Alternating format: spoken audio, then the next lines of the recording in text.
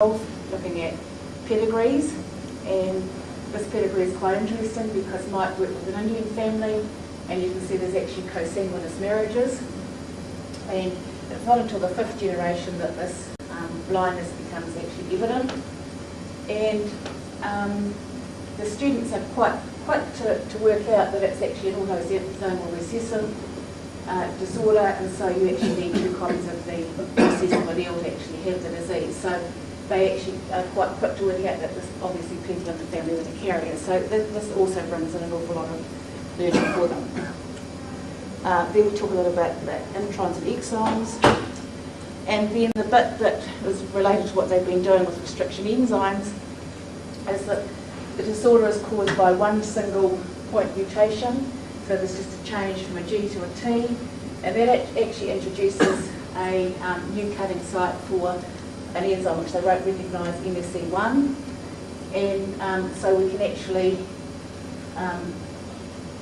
isolate the gene and then cut it up using that and just see if we've got that extra restriction site there or not. And this is just a cartoon showing the normal allele, and then with a single base change it introduces this new restriction site here. And then we have this gel which looks a bit horrible, but I walk them through it, and so they can relate it to the gel that they've actually done that day. And this is the band here that we're looking at, this 132 band. So if you have the extra restriction site, that will actually chop that 132 band and will chop it into the 86 and 46. So you can see that the only person that's actually hasn't got the extra site is this person here, so they work that out quite quickly that they're obviously homozygous dominant. And then somebody like this person, they can work out that they're heterozygous, so they've got one copy of the 132, and then they've also got the 86 and 46, and then they can work out that this person here has actually got no 132, so they're obviously homozygous recessive. So the students are really quick at working that out, and they can actually then relate that to the pedigree and see if what they thought that the genotype of the person is what matches what's on the pedigree.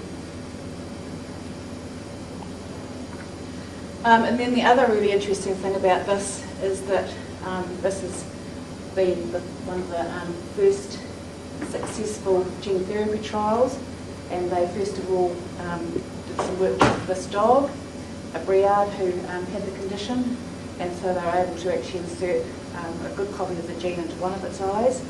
And then the other really exciting thing is they've actually been successful with this boy, who's most of the student's age, he's 18, he's had the condition, and they've actually been able to reverse it.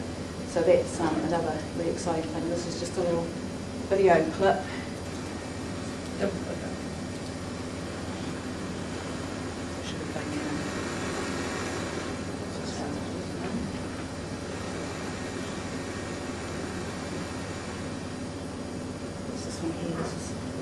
So it's really just showing how the gene therapy is done.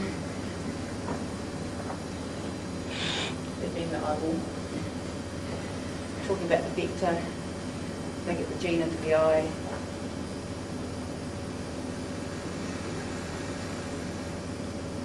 And then it's showing actually what the patient before the gene therapy, how they couldn't go through a maze, and how many times they bumped into the wall. It's that boy that we saw. So he's obviously quite disorientated, not being able to go through the maze. And then it shows them after the gene therapy how they can actually go through the 6 months later, how they actually go through the maze.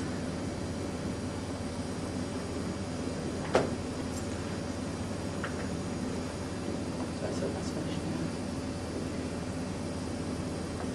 now. So you can see that, from that poster there's an awful lot of learning, things like gene testing and things, you can go into all that kind of thing, but just on everything from the actual mutation, pedigrees, and the use of the restriction enzymes and genetic testing, and the use of the gene therapy as well. So that one poster contains an awful lot of information. I think your voiceover was excellent anyway. So that's it. So yeah, it's the kids, we have a great time and we really enjoy it too. The other thing is I use PhD students to help with the lab work, and the students really like the school students really like talking to them about their work, and they like to see some new people, and they realise that scientists actually are ordinary people, that they're not geeks. And they said they feel like real scientists just having their lab coat and their gloves on, so it's good for everybody.